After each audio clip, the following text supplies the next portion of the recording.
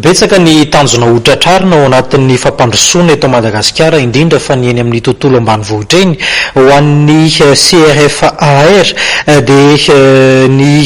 tantsaha no ataony tsara tohana ahafahan'izy ireo mampandroso ny tontolo misy azy. Ny CRFAR moa dia Centre Régional de Formation Agricole et Rurale, izy ireo zany dia miezaka manatratra izay fampiofanana omena izay.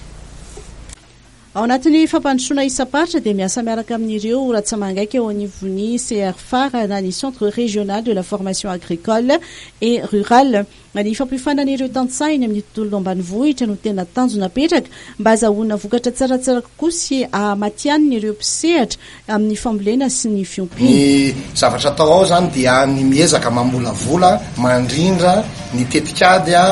ahafahana mampiatra ny ataontsika hoe misy ny atao hoe stratégie nationale amin'ny formation agricole et rurale dia ataontsika hoe ny déclinaison zay aty amin'ny faritra zany no ataon'ny CRFAR ary manara-maso anatin'izay ny mampiroborobo manatsara mba ahafahantsika mampitombo ny mpiantsehatra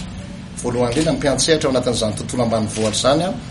ary indrindra ny mampiakatra ny ataontsika hoe fahaiza-manaony sy ny ataontsika hoe mahamatianina anazy angamba ao anatin'izany sehatra fiariana zany. Misy ihany koa ny fifananana maro ataon'ny CRFAR mba hampahafantarana ny asan'izy ireo sy ny tanjona tratrariny, eo ihany koa ny fifananana izay atao mba hampiroboroboana ny asan'ireo tantsaha.